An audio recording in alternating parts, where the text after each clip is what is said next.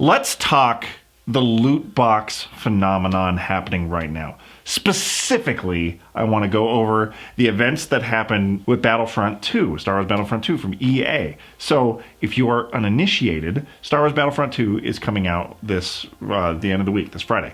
And there has been just an enormous uprising and just outcry from gamers and community members and fans alike that obviously I know, Gordy knows, we all know that EA business practices are less than desirable, as some might say are pretty shitty.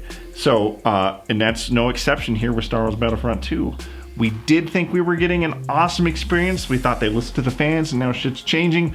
But then here we are with another EA snafu. So, Star Wars Battlefront 2 is relying very heavily on what some would say is pay-to-win experiences with their loot boxes and credit system. So more specifically, just recently, it has been announced that some of the heroes that you unlock in Battlefront 2 are locked from the get-go of the game behind an astronomical amount of credits to purchase them. Credits can be earned in-game, post-match, based on performance and things, as they do in a lot of games, or purchased in loot crates, their loot crate system that everybody is just on the sack right now of loot crates. It's like a thing in gaming. So when it came to fruition that Darth Vader, Luke Skywalker were not available at start in-game, and they were locked behind 60,000 credits. Some nerds smarter than I went and did the numbers, and that equates to almost 40 hours of gameplay to unlock that amount of credits, which then speaks to the notion that EA is like, maybe you should buy some loot boxes. Well, from what I read, GameSpot went and did a test where they decided, well, how much money is it going to cost to earn that much in credits from loot boxes?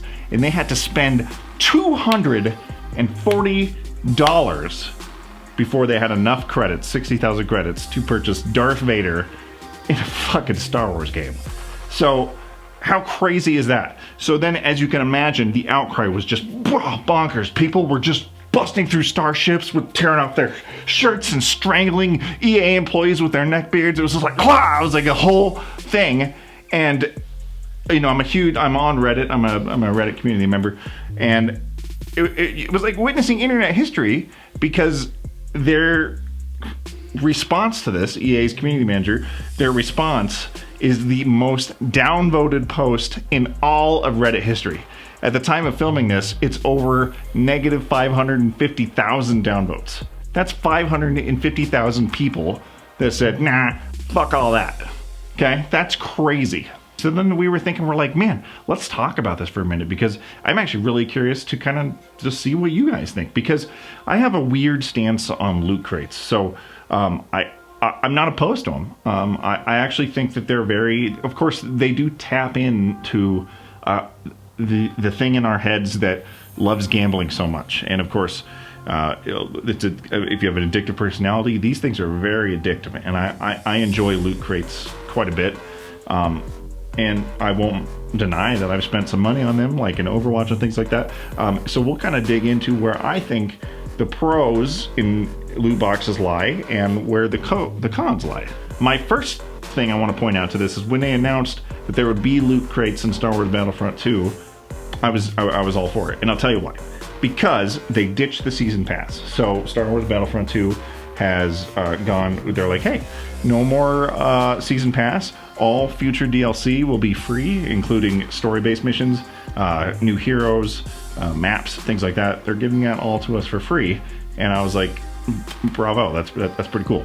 And the reason I support the new system of loot boxes in Star Wars Battlefront 2, and maybe even buying, some with real world money, because that pays for them to be able to afford to do free DLC. Because what a lot of gamers I don't think understand is how much of a huge cost it is to produce these titles.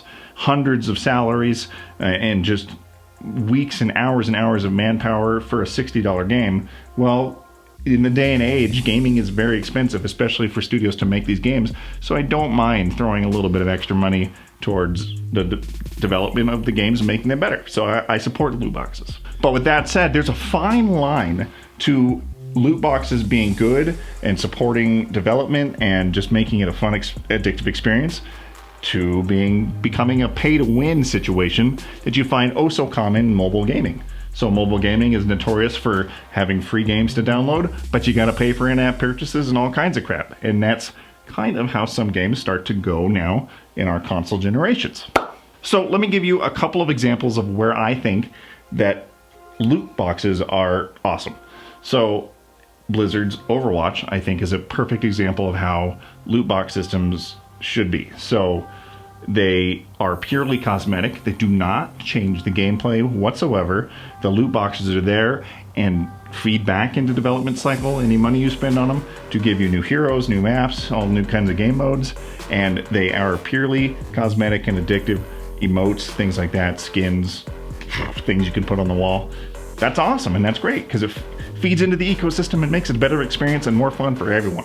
Another example where I really enjoyed it was in Injustice 2 with the whole gear system that they've came about with. And I think that it was phenomenally addictive because a majority of that was cosmetic pieces, minus like certain move sets that you could swap out for others. But I thought the gear system was just incredible. It was very addictive. I wanted to make my Batman the coolest Batman. Buying them other boxes, loot boxes, was just an excellent experience. Another game that I've been playing pretty consistently over the last couple of weeks is Assassin's Creed Origin, which I think has an awesome middle ground for pay to win and loot boxes. So the loot system in Assassin's Creed is, I think, really well balanced and cool.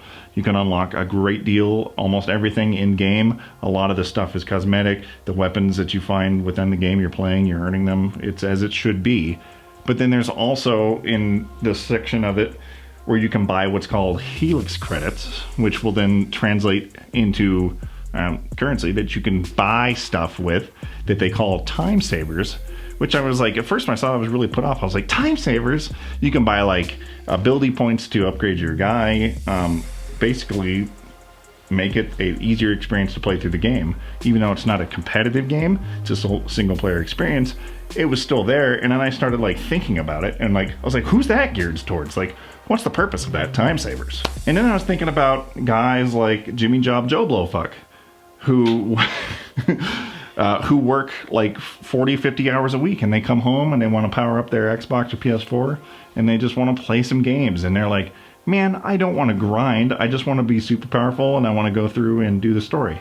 Well, I think the time savers is cool because there it is. It helps the development of future games, and it gives guys that don't have tons of time to game the opportunity to experience the game in a quicker manner, because, you know, life happens. You got family, you got bills, you got to work. You got to work like 4 jobs now because America, and it's acceptable because you don't have to buy it to experience the game, but it's there for those of us that want to. So I think that's an interesting example. But then we start getting to Star Wars Battlefront 2, which, you know, kind of makes a bad example of how loot crates should be, because they've got the carts and they've got the star card system, which actually augments the gameplay. So essentially, tiny old Jimmy Johnson cock, can you know, get his mom's debit card on there, buy $300 worth of loot crates, and get the sweetest abilities and star cards, put them on the guy, get online, tell your mom she's a whore, and you know, win, so to speak. Just a bad business model. It's not something that EA is not familiar with, bad business models. So with that huge outcry that that happened with Star Wars Battlefront 2, with just the craziest downvotes you'd ever seen in history, EA just immediately took action, and their hand was forced to alter the business model. Pray I don't alter it any further. Right? You know, you get what I'm saying? Darth Vader. So then now they put out a thing where they dropped the cost of heroes and credits by 75%. So now what Luke Skywalker was 60,000 has now dropped down to 15,000. And I don't mind when there's characters locked behind stuff. Like, it's actually something that I missed that Mortal Kombat used to do, where not everybody was unlocked at the beginning. And the thrill of unlocking them is fine. But the idea I didn't have to play for 50,000 hours to get those characters was there, where in Battlefront 2 you're like, holy crap, 60,000 credits, so I gotta win 300 matches to get enough, or I gotta spend a week's worth of salary to buy enough loot boxes to have that credit. That, if I can say to you game developers, if you're watching this video, all 200 of you, is bullshit, and you gotta stop. And if you as a gamer participate in these conversations in internet forums, on social networks like Twitter and stuff, and you show these game developers that you are absolutely not going to stand for this type of crap, then it changes the course of action. And that's consumerism at its best, because we shape the way that things happen. But I just wanted to rant for a second and talk about it. I really want to know what you guys think. Comments below, Twitter, you know, the whole deal. What do you think about loot boxes in the whole quote-unquote pay to win in this quote-unquote gambling type of situation? Where do you lie with it? I would love to know your thoughts. But as always, I'm out. Gordy? Was that your rap horn? That's my terrible rap horn. You do it. I can't do it. It sounds like my horn's broken. My horn's broken. It's like EA grabbed it and strangled it for all it was worth.